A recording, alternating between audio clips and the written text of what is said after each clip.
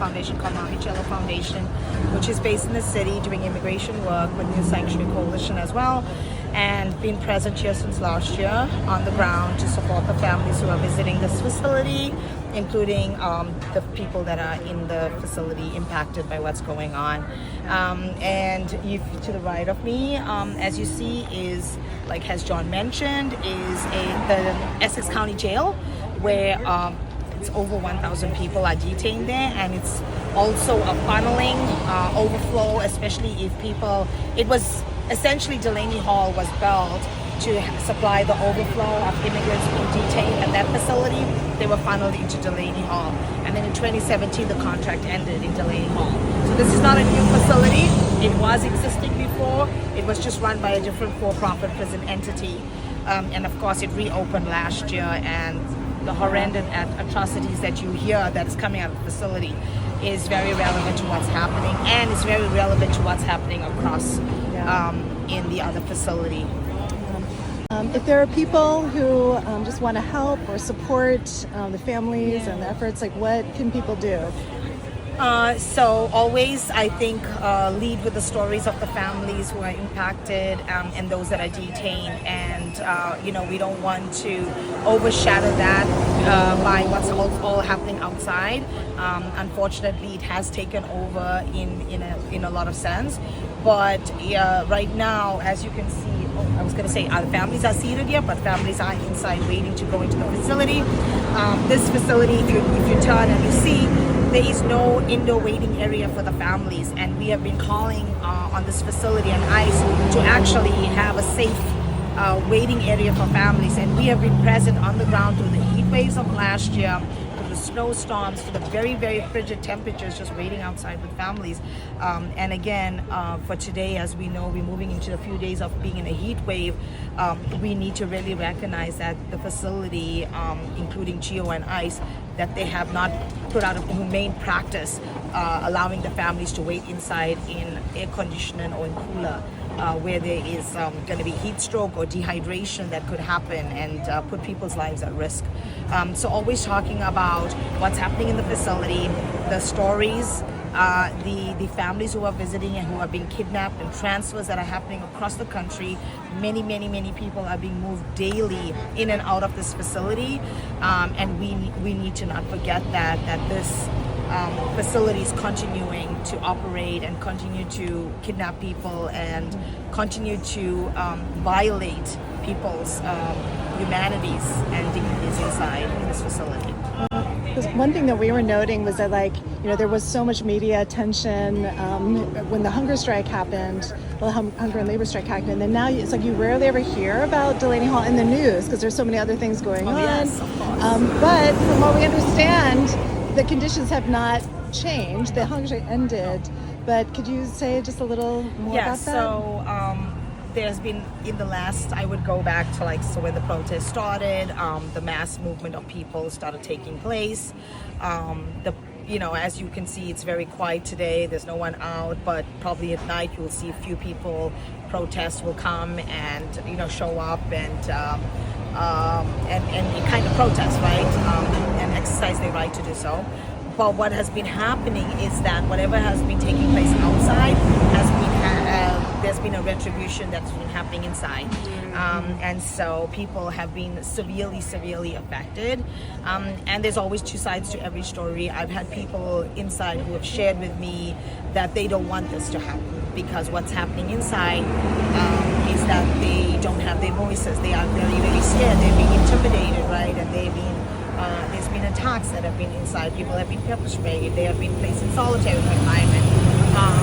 And then when you had the hunger strikers and when you had the labor strikers who have engaged in their right to vocally speak up and collectively resist what was happening in the facility, some of them were doing it in a collective resistance to ensure that they yes, a family member is very, very excited, waiting for their loved one to be released. And so what we usually do is we ring the bells and we celebrate with them. Oh, that's amazing. That's, and they're here with the baby and everything. Yes, yeah. So it's a beautiful moment to witness. You guys will bear witness to that. So with that being said, the collective resistance for many of them has been, that's their power, right? But with that came at a price. We know that ICE has been for the longest time very retaliatory, right? And we know from the history of this mass incarceration of immigrants is that they've always transferred people out. They've always isolated individuals in detention away from families, away from their lawyers, etc. And so this is not new, right? And we knew that it's going to come at a price, because as much as we're calling the facility to shut down, we have to be present in the moment as to what's happening here. And that's why you see the volunteers here. It's because at the end of that, we want to kill this monster, this beast, as I always say it is. But we have to focus on the here and now, because families are showing up, their loved ones are still kidnapped and detained, and we have to provide support to the families and those that are detained. Yeah. In terms of like how people could give, are there certain things that are... So what we do collect is, so we have an Instagram, Eyes on Eyes page. You can also follow Pax Christi, New Jersey.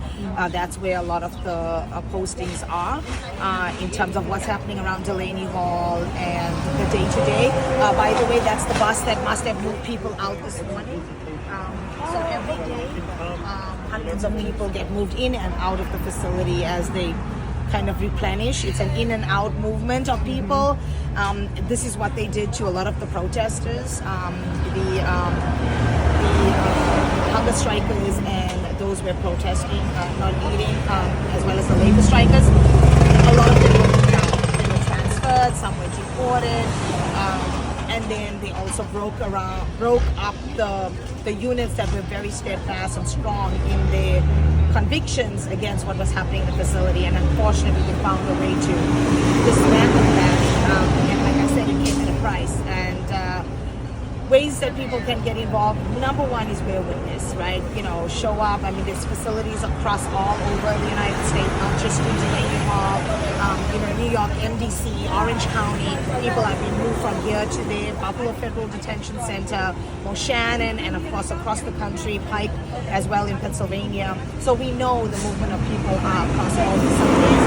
So bearing witness, sharing those stories in a safe way, because people need to hear these stories, right? They need to know what's happening to our immigrant brothers and sisters, and we need to really challenge the narrative, because the narrative is that they are all criminals, right? And they are, whoever's detained here, that's who you see, but that's not the case. And across the whole country, right now they're going after low-hanging fruit, as we say, because they have to fill the bed space, because Congress allocated all this funding, right? How are you going to fill all this bed space? So let's go after the families. Let's go after individuals who have pending cases, trying to legitimize their status in this country. Let's go after them in court. Let's go after them who are complying and following the rules.